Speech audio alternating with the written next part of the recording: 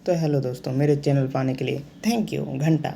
तो अगर आप लोग चैनल पर न्यू आए तो प्लीज़ चैनल को सब्सक्राइब कर लीजिए और वीडियो को लाइक ठोक भी दीजिए क्योंकि ये ज़रूरी है। तो चलिए, आज अपन लोग एक मानवा को कवर कर रहे हैं जिसका नाम है द ग्रेटेस्ट एस्टेट डेवलपर।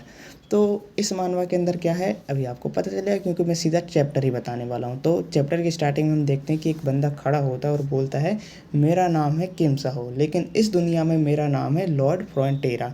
बोलता है कि देखो यहाँ पर जितना भी सब कुछ है ये सब पैसा है। और वही सब कुछ बोलता है जेबियर को। जेबियर वहीं पे खड़ा होकर बोलता है कि मास्टर आपकी सटी आ गई है, आप पगले आ गए हो ऊपर। अब होता है असली चैप्टर स्टार्ट। तो कुछ साल पहले ये बंदा ज़मीन पर पड़ा हुआ होता है और उसके सामने एक स्क्रीन आती है और स्क्रीन पर लिखा हुआ रहता है, कॉन्ग्रेचुलेसन, आपको चुना गया है उम्मीदवार।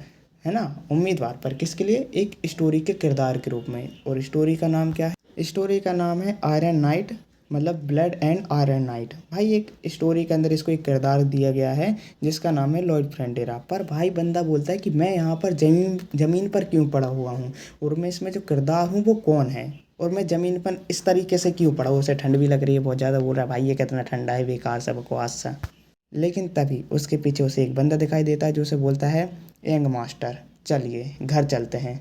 भाई और इस बात पर लॉयड सोचता है कि ये मुझे यंग मास्टर क्यों बोलता है। फिर उसे याद आता है कि इस स्टोरी के अंदर ये बंदा कौन है। उसे समझ में आता है कि आखिर ये है कौन, और उसका नाम होता है जेबियर। जेबियर को देखकर बोलता है कि ये बंदा इस कहानी का प्रोटैगनिस्ट है जो कि आगे चल के बहुत ही ज़्यादा फेमस होने वाला है।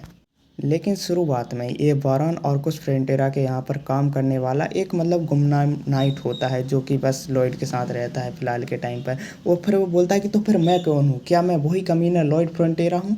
और ये बात सुनकर ना जेवियर क्या बोलता है कि मास्टर मैंने तो आपको कभी कमीना नहीं कहा, लेकिन अच्छा है आपको पता है कि आप कमीने हो। वाह, तो हमारे मेन कैरेक्टर को पता है वो कमीना है। और फिर उसके बाद लॉयड बोलता है मुझे पता है, हाँ मुझे मत बता। फिर उसके बाद वो दोनों हवेली में पहुंच जाते हैं। तो वहाँ पर जाकर जेवियर बोलता है, तो आपको याद नहीं है कि आपके साथ क्या हुआ है? आपने जब तक पी जब तक आप नशे में पूरी तरह डूब नहीं गए, फिर आपने बार में तोड़ फोड़ की और नहीं पता नहीं कहाँ चले गए, मतलब एकदम से गायब हो गए। बिल्कुल एक लोफर अपना पूरा दिन ऐसे ही बिताता है। भाई मतलब बंदे को लोफर बोल रहा है। फिर बोलता है मैडम को चिंता हो रही थी, उन्होंने आपको ढूंढने के लिए मुझे भेजा, अगर आप वापस नहीं आते तो उन्हें काफ़ी दुख होता। उसके बाद लॉयड बोलता है, अरे ये मुझे बता रहा है फिर मुझे धमकी दे रहा है, और ये जगह इतनी ठंडी क्यों है, ये पुराने ज़माने की दुनिया कितनी कठोर होती है। और फिर उसके बाद जेवियर बोलता है, अब आप आराम कर लो, मैं बार वाले सारे मामले को मैडम को बता कर आता हूँ। पर ऐसा करना ज़रूरी है? लॉयड बोलता है हाँ, और जेवियर बोलता है हाँ ऐसा करना बहुत ज़रूरी है। और फिर उसके बाद बोलता है जेवियर, ये आदमी बड़ा हरामी निकला। फिर उसके बाद जेवियर बोलता है, वेल यंग मास्टर मैं यहाँ से चलता हूँ। और फिर इसी बात पे अपना लॉयड का बोलता है, हमारे परिवार के ऊपर बहुत कर्जा है ना। और भाई इस चीज़ को क्या बोलता है जेवियर, हाँ ये कोई नई बात नहीं है, आपके ऊपर बहुत कर्जा है। और वो गेट बंद करके वहाँ से भाग जाता है।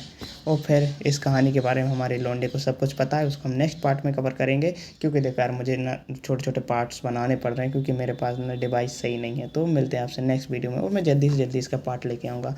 तो हम 2 पार्ट में इसको डिवाइड करके रखे हुए हैं, ठीक है। तो मिलते हैं नेक्स्ट पार्ट में, तब तक के लिए बाय बाय टाटा यार, तुम लोग चलो जाओ, मिलते हैं ही।